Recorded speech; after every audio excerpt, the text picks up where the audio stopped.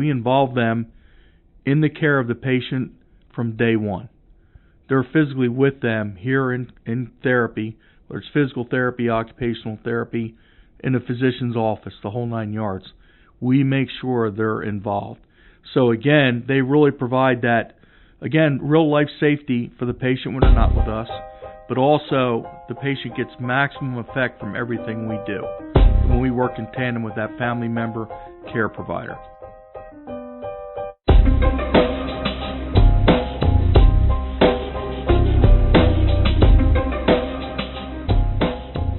Welcome to the TBI Family, the podcast for caregivers of service members and veterans who've experienced traumatic brain injuries.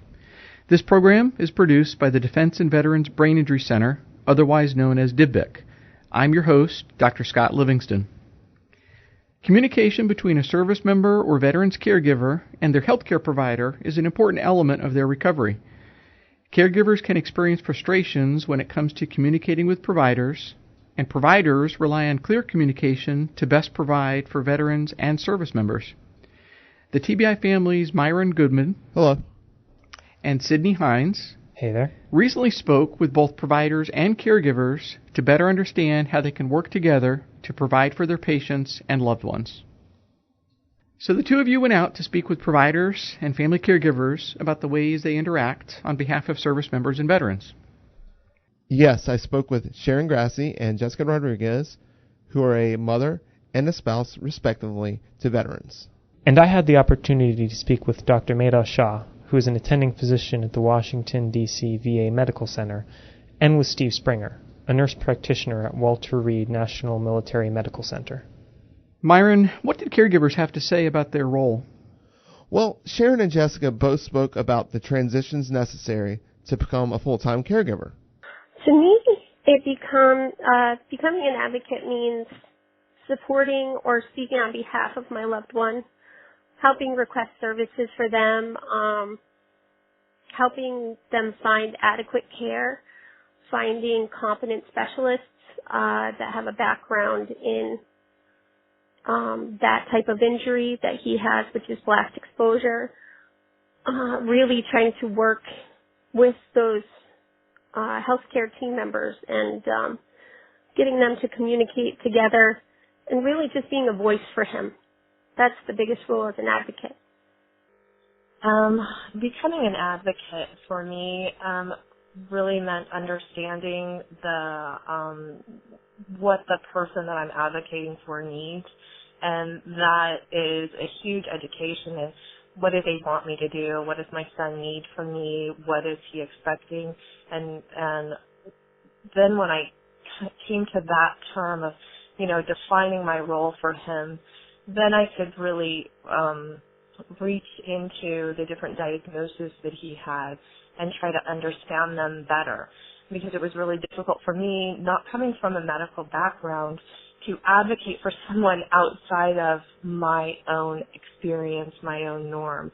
So I think sometimes it's easier to advocate for someone else than to advocate for yourself. So that part I could get, but really understanding and making sure that I was doing what he wanted and that I understood the breadth and the depth of his diagnosis so that then I could communicate appropriately with those providers to get what he needed, in a timely fashion or in an appropriate fashion.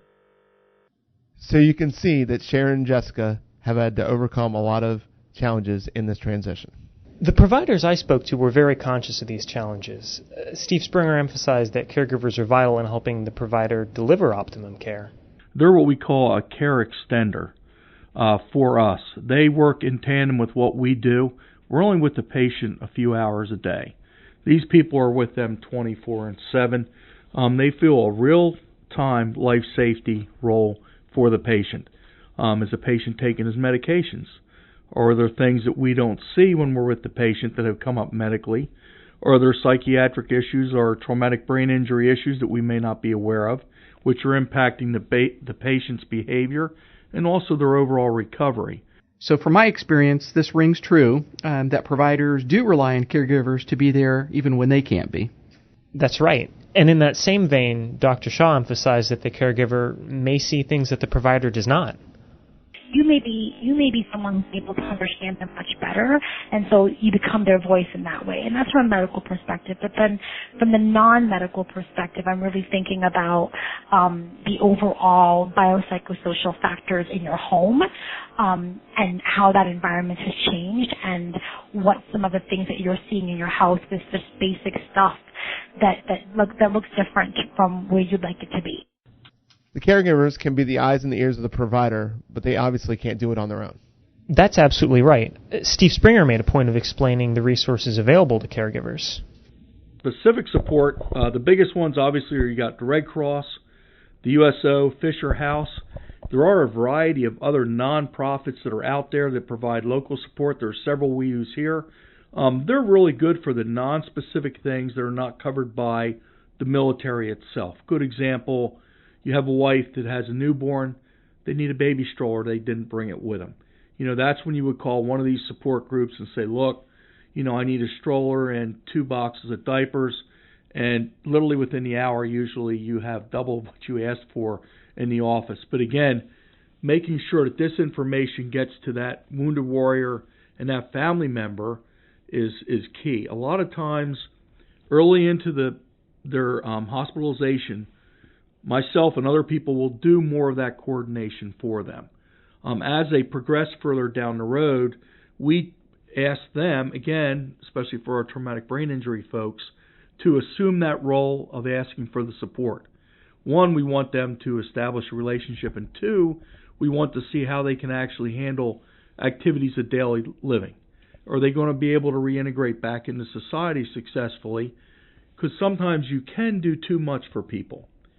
You need to carry them to a certain point and then start putting a little bit of expectation back on them so that they make sure they have those life skills back on place and they can function. It's life safety, Obviously, the big one is, can you remember to look at the red light before you cross the street? Folks which are impaired or have brain injury may not think that. Or did you remember to put the milk in the refrigerator after you shopped? There's a lot of things that we really start expecting them to do, which may not even be on most people's radar, but we really want to make sure that they can handle that, the multitasking, the everyday activities. For somebody that's not 100% functional, just getting up and figuring out what clothes to wear and do your medications in the morning can really be a challenge. Steve also spoke to the various people a caregiver might have to interact with to help their veteran or service member. You're going to have a physician in charge, which for us is physical medicine doctor. They direct all the care for our amputees. Under them, some of the key players, of course, we do collaborate with traumatic brain injury, psych support, also to include orthopedics quite a bit, and physical therapy, occupational therapy, prosthetics, and of course the nursing support staff, which is myself. I'm one of 2 care coordinators. Physicians dictate the care. We all collaborate with each other. The patient shouldn't have to ask for that to happen. That should happen automatically. And it should be explained to them, again, you're going to see physical therapy for 3 weeks for this care. Do you know why you're going?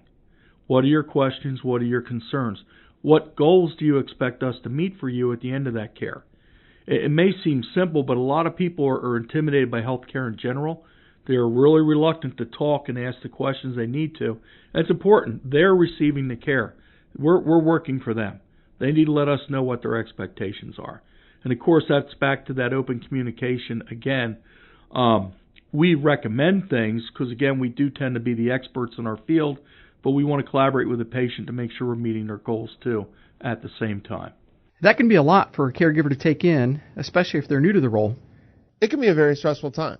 Sharon was caught off guard the first time she reconnected with her son post-deployment. With my son, he was still active duty military, and he seemed to be putting the needs of others over his own needs. He was neglecting his own needs. And he was having a problem really processing things that he needed to do for himself. At the time, I was connecting it to PTSD. I was connecting it to a lot of pressure coming out of deployment. And I really didn't understand what was going on. Today, I understand what was happening to him with TBI. At the time, he had still not had a TBI evaluation. The only thing that I had as a diagnosis was PTSD. So he worked himself basically into a corner helping others and ended up putting himself in a military brig, which is just a difficult position and a really bad place for someone who is dealing with PTSD and TBI. It exacerbated what was going on with him. And at the time, and the day after he ended up in the military brig, he attempted suicide. So my minimal attempts to, hey, step in, this is the mom, what's going on, became pretty much me barging in, flying to Hawaii and saying, this is enough. We're done. There are some problems. There are some medical problems, and we are going to deal with them. And so really from that day, even though there wasn't a place for me in the military to speak that way, and they didn't take very kindly to it on a number of occasions, that wasn't what I really cared about anymore. It was, this is going down a wrong path. I don't care if he did or did not do what he ended up in the brig for.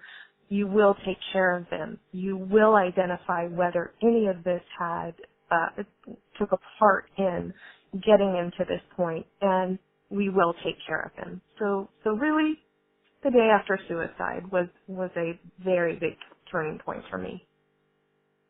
Once they realized they had issues they needed addressing, they were thrown into the role of advocating for their loved ones. Both of them came away with advice other caregivers can use.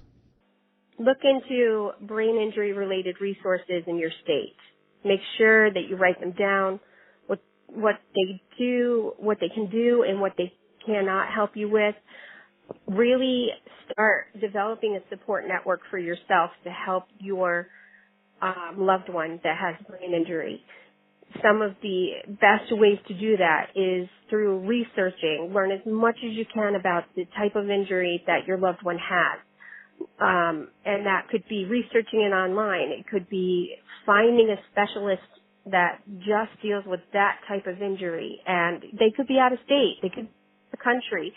But it's not impossible to connect with those people. But you have to find them, and you have to find the one that those people that are going to be significantly important with the type of injuries that are unique to your loved one. I can't stress that enough, because that's where I fell short for a while, was trusting that a neurologist could take on that my loved one's injuries and know everything about that type of injury, including the best treatment modalities, when there are so many others out there that could be better suited for that injury. And if you see things that aren't really going with that diagnosis that your loved one has, and fitting with that diagnosis, like whatever the symptomology the doctor tells you is behind that diagnosis. If you're seeing things that are different, don't be afraid to raise your voice. Don't be afraid to point out those things that aren't matching, and really stepping up and saying, we need further testing. Why is this happening? Don't be afraid to ask questions. Don't be afraid to ask what that specialist has for their experience and their background with that certain type of injury of your loved one. Another really good thing for me was looking for medical journals, and one was the Journal of Head Trauma and Rehab. It's a very good journal that has lots of research that's up to date and newer research on how rehab modalities and treatment modalities for TBI injuries. But it's really raising your voice and asking those questions, and not being concerned with if you meet a wall, because you're going to, whatever it is, financial. It could be with their insurances saying they're not going to cover anything. Don't be afraid to appeal. Don't be afraid if you have to do more than one appeal. I'm in that process right now, and when I first had to do an appeal and it came back denied, I felt defeated, but it wasn't defeat because I know what's fueling me is that he needs the right treatment. He needs acknowledgement of his injury, and he needs the right treatment to get better or to get to his optimal level of function. And that's not going to happen with me sitting here feeling defeated. It's only going to happen with action, and it's going to happen with me raising my voice for my loved one. And that's the same for others who need to push their case. You know, whoever it is you're fighting for, that may be a daunting task, and you're one person. But start developing that support team with, like, the Brain Injury Association of America. They have advocates across the country that can help you fight for your case. They have brain injury lawyers that can help you with those appeal processes. But this is newer knowledge for me that I wish I had 10 years ago to give to somebody. So if you need to push the healthcare case for your loved one, don't be afraid to step in and be that voice. Both Sharon and Jessica realized the importance of being a tireless advocate. In the VA hospital, there is not a lot of connecting the dots. You have to have an advocate. Well, throwing a guy with PTSD and TBI and physical injuries into a military brig, there is even less connecting the dots. And it became a huge push reaching into every advocate that I could. I called every organization, every senator, congressman, anybody that I possibly could to reach out and say, my son needs care. I wasn't saying my son needs to get out of the brig. I was saying my son needs care. You need to help me get care for him. You need to make sure that he's evaluated. And what's kind of odd about this interview is a captain from the TBIC called me back. She reached into the hierarchy of the brig. She reached out and she called me back and she was like, I am so sorry. This is very difficult. This is a problem. We do need to do it. Shortly after that, one of his providers in the brig put in the notes that he needed to get an evaluation. I would like to think that she is one of the reasons that he got to Balboa Hospital, finally got an evaluation, and we began the long push for getting him care, getting diagnosis, getting evaluations, which coincided with him going to Fort Sill and then to Walter Reed, and then we really began to understand what was going on, and I was able to finally become his advocate as he came out of the military, officially. Prior to, I was just a bully mom, but afterwards, I was officially a caregiver and an advocate. It sounds like what caregivers really want is clear and open communication with providers. And that's very interesting to hear, because the providers I spoke with echoed a lot of the points Sharon and Jessica made regarding open communication and regarding finding a support network. A key point for any caregiver is that they are supported by a full team. We're there for them, whatever they need. Make sure they get to whoever person's specialty they talk to. And also, too, there's another second part of that. In addition to the medical team approach, is we look at every aspect of their care. Early on, we weren't doing real good with like the traumatic brain injury aspect. We were missing things and saying, oh, this was to be expected. And how you treat a person is important, especially in regards to traumatic brain injury, because you really can't, again, hit them with a lot of detailed information, present to them, and expect them to recall it. You have to interact with them a lot differently, feed them bits and pieces of information sequentially, make sure that they're understanding it. And again, that's back to the caregiver. That's really where it's really key for them to understand what's up so they can remind the patient. So, okay, look, do you know you have an appointment at 2 o'clock today? Did you remember that? Did you write it down? That kind of thing. And again, for a caregiver, they really need to be aware of the burnout factor. They need to take care of themselves and make sure they know what systems are out there to support them. Again, early on we focus so much on the patient, we overlook the impact it had on the caregiver, the family, the friend, whoever it was, significant other that was helping that patient. And there was burnout. There was significant burnout, which impacted how well we could take care of the patient. When you burn out the caregiver, you've got a problem. And it's easy to do. He's so focused on the patient, it's easy to fall into that trap. So again, they need to be aware of that, self-aware of what's going on. Need to talk with the other family members here, the other caregivers, find out what things worked, what problems they might have had, because them getting advice from that group of people is also really key and critical, because they're living it right now. They've been down that road, and they always cover things too which tend to be a little more outside of the medical field, but which are still really important to that patient and that family member to make their stay here productive. We want to eliminate as much stress as we can, make sure they know what's out there. There are a lot of different support systems. There's groups out there. The Army, the Marines, the Air Force, they all have their own support systems, and there are hospital support systems too, which is all there, but a lot of times people don't know to ask for that. That's our responsibility, and they also get that information from those other family members and caregivers that have been here a long time. What sorts of strategies can caregivers use? Dr. Shaw recommended that caregivers make their own list of priorities and then make sure that those priorities are addressed over the course of meetings that they have with healthcare providers. She also brought up the potential usefulness of telehealth options.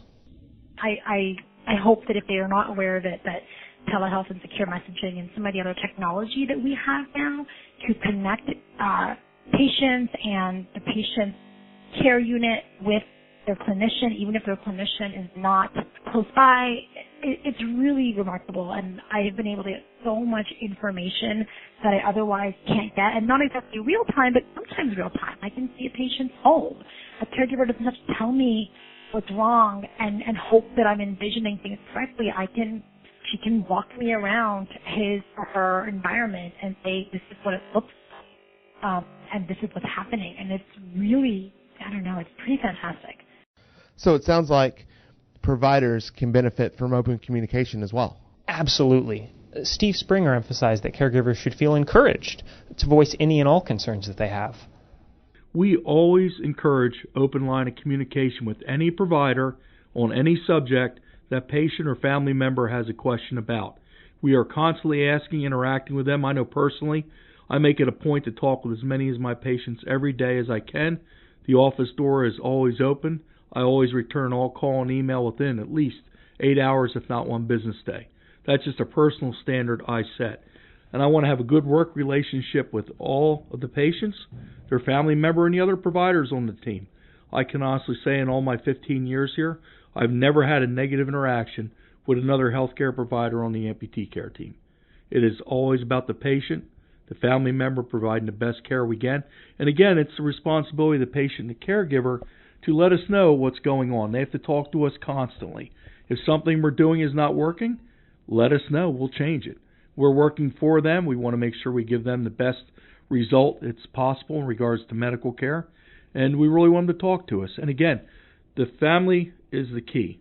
That caregiver is in with that patient during all aspects of their care except the operating room. And if we could do that, we'd do that too. But realistically, we really want to go ahead and make sure that they understand that they are the center of what we do. We are patient care driven. We want to make sure that they understand that, and we want to collaborate with them to give them the best outcome that's possible with what we do. So providers really do want caregivers to be vocal about what they need and about what their service member and veteran needs as well. Exactly. The more these support networks interact, the better the outcome for the patient. Better for the patient and the caregiver. Gentlemen, this has been very illuminating. Thank you both. Dr. Livingston, before we close, Jessica and Sharon had a great networking opportunity when they connected with us on the podcast. We'd really like for you to listen to that. Yeah, thank you so much. And it was really good talking to you, Jessica, in the little interim. We're going to have to find some time to connect. It sounds like you guys had a little connection there. It was cool. I know. Well, cool. There's so many moms on the group that you get a little bit. And I'm new. I haven't been on that long. I'm a new fellow. So I'm just starting to learn who everybody is. So it's just really, really nice to make those connections and then to start making those deeper friendships. You're going to be one, Jessica. It's good. Yeah, you too. So we're going to have to do the friend request thing and get on the phone together and maybe get our guys to talk together. I know.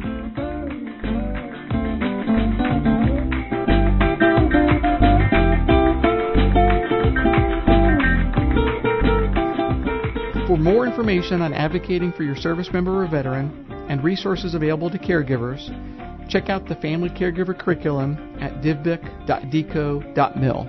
That's dvbic.decoe.mil.